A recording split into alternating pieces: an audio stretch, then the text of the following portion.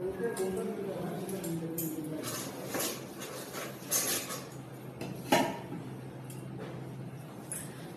সকাল বন্ধুরা, সবাই কেমন আছে? আশা করি ভালো আছে, আর আমিও খুব ভালো আছি। তো এখন বাজে সকাল 7টার মধ্যে আমার রান্না বাড়া কমপ্লিট।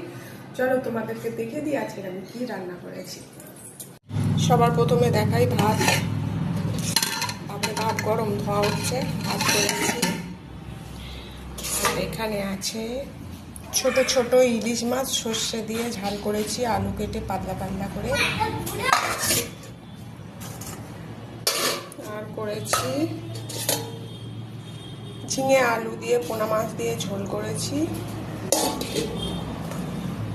আর উচ্ছে আলু ভাজা। সকালে এর বেশি আমার হয় না, যাই হোক আজ 3টে করে ফেলেছি, তো তোমাদেরকে ভাবলাম একটু শেয়ার করি। তো আজকে রান্নাটা এই অবধি তোমাদেরকে দেখিয়ে দিলাম। সবাই ভালো থেকো, সুস্থ থেকো, টাটা।